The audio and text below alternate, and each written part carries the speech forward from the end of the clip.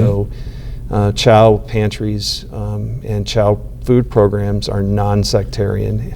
So we have Jewish, there's Temple Concord is one of our Chow sites. Yeah. We have partnerships with the Islamic Association, Islamic organization of the Southern Tier. And then we have other relationships with other religious groups in the area that aren't technically Christian. And it strikes me that this wonderful model of community cooperation would be a real learning experience for politicians who can't seem, because of their various creeds, to work together. But here in the Broome County Council of Churches and other councils all over the country, maybe in other parts of the world, here are people who subscribe to different creeds, have different beliefs. You've got these folks over here so conservative that I don't know where their ideas come from, and these so liberal I don't even know if they believe anything.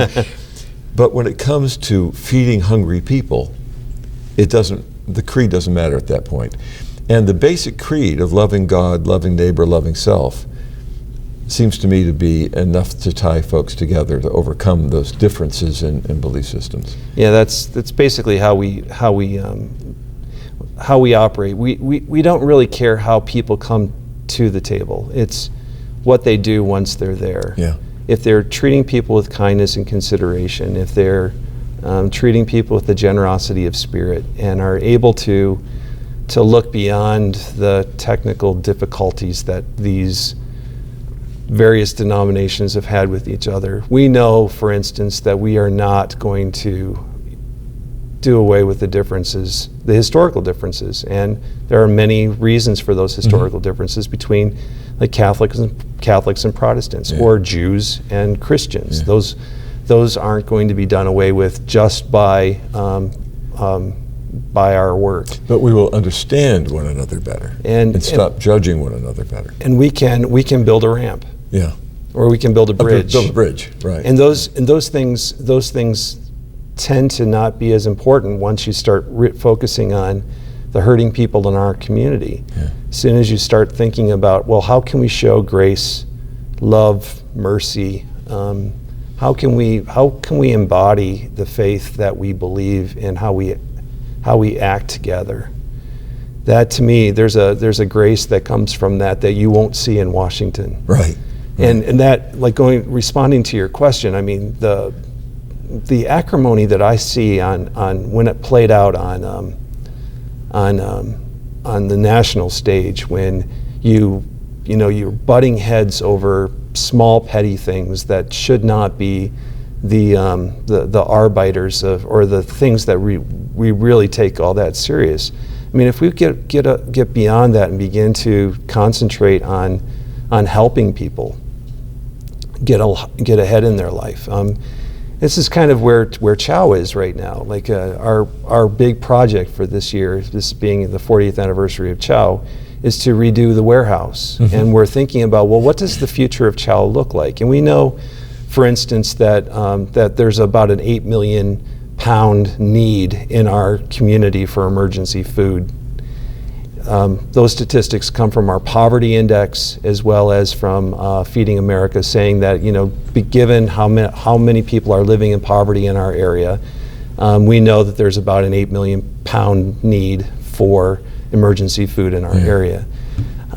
Currently, from all sources, we are serving about 3 million pounds of food to that need.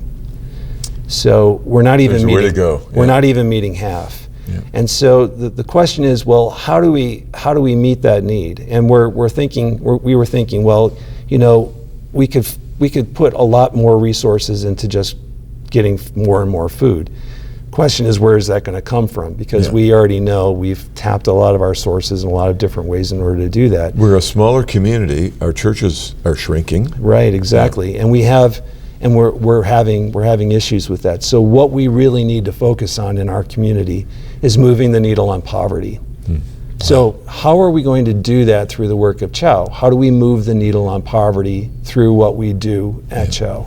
So we've been thinking very, very strongly about how do how do we make relationships with businesses in our area that need employees? What kind of need do those businesses have, and how can we begin training a workforce in order to meet some of those demands? So we found that, through some of the programs, some of the things that we've talked about on Encounter, like the Chow Bus, for instance, or our warehouse or other things like that we can use those places as job training places. People can get a CDL license, they can get a forklift operating license, they can be able to find safe food handling situations, and be able to get the certifications necessary for them to be able to get a job once they're through. And so we're thinking about, well, how do we use our programs to help people really grow in their own lives? That's kind of where Chow is heading in the next 10 years. Yeah. Our guest is Joe Sellepack. Joe is the executive director of the Broome County Council of Churches, and his voice opens the program describing the council, and he's also, of course, a host of the program. But this time, he's the guest. I am. I get to be the host. You are the host. How long have you been the executive director? How deep is your history here? Well, this is my 10th year. Well, perfect. So you got 40 years for Chow, is it? Yeah. And 10 years for Joe, and it was 20th anniversary of Faith in Action. And the whole Council of Churches goes back 75. So it's a banner year of celebrations. It's kind of like all coalesces. Yeah, that's right. We'll get you your own cake, or perhaps you could deep fry a turkey or something. There you go. Yeah. I'll do that. I knew you would. I know. So the council's work has been strengthened by this, by the deep roots of the past. We've been talking about the future, especially for Chow, and addressing the root causes of hunger and poverty. I don't mean to put you on the spot, but heroin addiction is one of these things that's at the very top of the headlines now in the newspapers, and the news stories on TV and radio. What can the council do about that particular issue?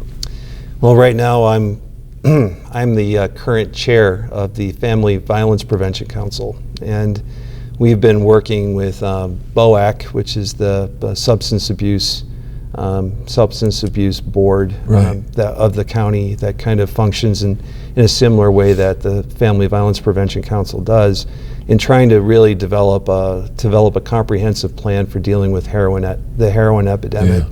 Yeah. Part of what I would like the council to be involved in is really looking at substance abuse in a much more holistic way.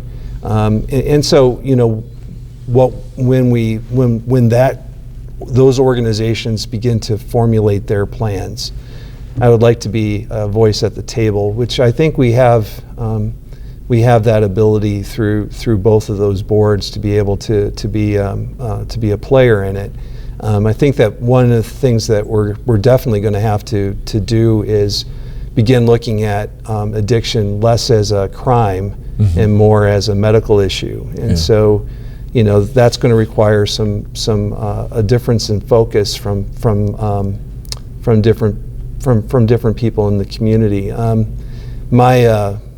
My history with heroin addictions kind of goes back a long ways. When I was the resident director of a homeless shelter in Kalamazoo, Michigan, we had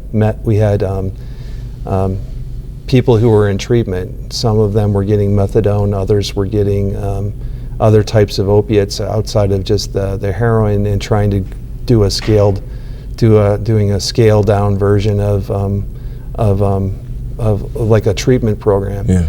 And I always knew then, 20 years ago, that this problem would come back, and as soon as it becomes less of an urban issue, and we begin to see our kids in suburbs addicted, because getting into sports injuries and other kinds of things like that, which kind of escalate over a course of time, I think we tend to wait until it comes closer to home before we begin working on it, and it takes 20 years before it gets there. Yeah. So, I think we can have a say in that, like how we begin treating people with addictions. It's in our history with the council hasn't really drawn out. We really haven't taken on drugs as an issue. But there are addictions in our churches and in any faith community, and the families that participate in those communities. And so it looks like this could be part of the forefront of the continuing work of the Broome County Council of Churches. And it's something that we should really think about. Yeah. Your day-to-day work at the council. Now, tell us where the headquarters is. We don't talk about that very often, but it's our headquarters is at where the Chow Warehouse is. It's 3 Otsenango Street in Binghamton. On this, I think that's the east side, kind of south side, east side, somewhere in there. But it's over Tompkins Street, Webster area. So you go over the Tompkins Street Bridge, take a right on Webster, and then take another right, go back toward the river, and we're right there on the right-hand side. Thing is, in all the floods, I keep thinking, people walk in here, go, weren't you flooded? And we'll go, no. Miraculously, we don't know why, but it's generally because the Army Corps of Engineers have done a really good job of building a dike there. That water will get within 2 or 3 feet of the top of the dike.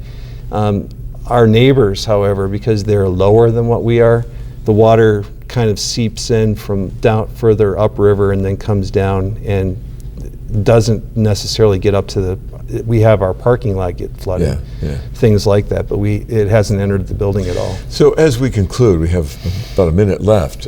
Let's point people to the Broome County Council of Churches website, where they're going to find lots of information and lots of links. The website is what? It's www.broomecouncil.net. And they'll find links as the year progresses to our gala celebration, to all the things that we're looking at doing through CHOW and through Faith in Action Volunteers. And they'd be able to find a link to Encounter, to all of our old episodes. Oh, good, because that's important to us. I have a great deal of interest in watching myself. Well, thank you for this summation of the work of the Broome County Council of Churches. We don't talk about ourselves very often on the program, and in a year that celebrates so many anniversaries, it's really good to look back, but also to look forward, and then to celebrate the present moment of the various ministries that are taking place in jails, hospitals, feeding the hungry, and building wheelchair ramps and all the rest of it. So thank you for your work as the exec. Well, I appreciate it. Thank you for joining us for the Encounter program. It's heard and seen each week at this time, and we look forward to talking with you again next week. In the meantime, I'm Jeff Kellam, hoping that in the coming week you'll be gentle with people and with yourself.